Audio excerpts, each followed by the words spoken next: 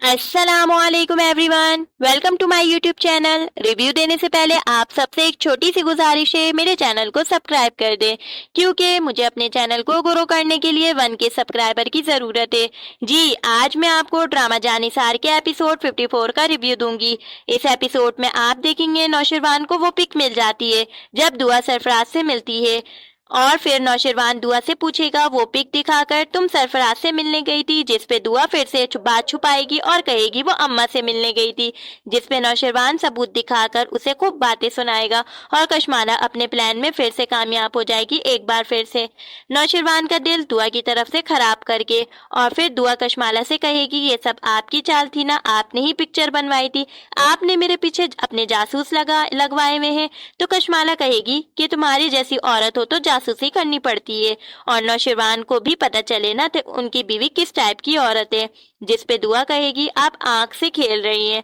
फिर इसके बाद कशमाला दुआ को कहेगी वो चुपचाप से अपनी अम्मा अब्बा के घर चले जाए और अगर वहां नहीं जाना चाहती तो वो सरफराज के घर भी जा सकती है, जिस पे दुआ कहेगी अब बस आप अपनी हद में रहें। इसके बाद दुआ बच्चों को डांट देती है और नौशरवान देख लेता है, उसे डांट लगाता है और कहता है वो बच्चों से किस अंदाज में बात कर रही है और उसे आइंदा ऐसे बात करने से मना करेगा बच्चों से।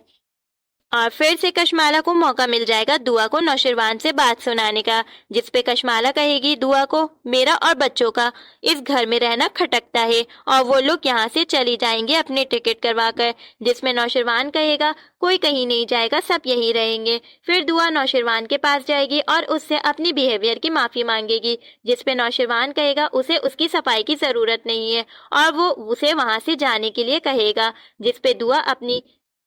कहेगी कि आपको मेरी मौजूदगी इतनी बुरी लगती है। तो नौशरवान कहेगा हाँ और उसे कहेगा वो उसके सामने कम आया करे। फिर दुआ वहां से चली जाती है। इसके बाद दुआ नौशरवान से कहेगी जो गुस्सा अंदर है उसे बाहर क्यों नहीं निकाल देते और कहेगी अगर आपको मुझसे नफरत हो गई है तो उस नफरत को खुलकर इजहार करे, जिस पे दुआ पूछेगी क्या नफरत हो गई है आपको। तो नौशरवान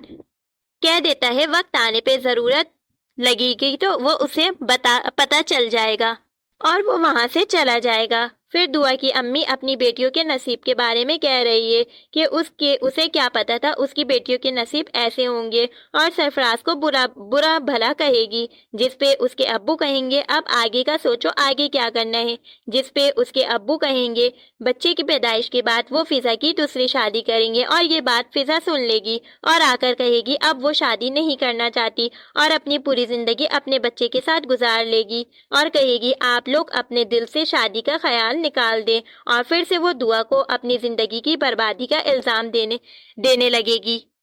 फिर इसके बाद बच्चे नौशरवान से आइसक्रीम खिलाने के लिए कहेंगे और वो बाहर जा रहे होंगे, जिसमें मिसना नौशरवान को कहेगी चाचू चाची को भी ले चलें, जिस पे नौशरवान कहेगा नहीं बस तुम लोग चलो और दुआ को ये सुनकर बहुत दुख होगा। इसके बाद नौशरवान की बिहेवियर की वजह से दुआ के सर में दर्द हो रहा होता है और वो सो जाती है और कशमाला मौके का फायदा उठाकर सरफराज को घर के अंदर ले आती है और दुआ पे इल्जाम लगाने के लिए और सरफराज दुआ के कमरे तक पहुंच जाता है और दुआ को टच कर रहा होता है। तो दुआ समझती है कि नौशरवान आ गया और वो जैसे ही आंखें खोलती है तो सामने सरफराज होता है और फिर नौशरवान आ जाता है और दोनों को साथ देख लेता है और कशमाला दुआ पे इल्जाम लगाने लगेगी और कहेगी दुआ तुम्हें क्या जरूरत थी ये सब करने की और नौशरवान सरफराज को कत्ल करने जा रहा होता है। तो दुआ सामने आ जाती है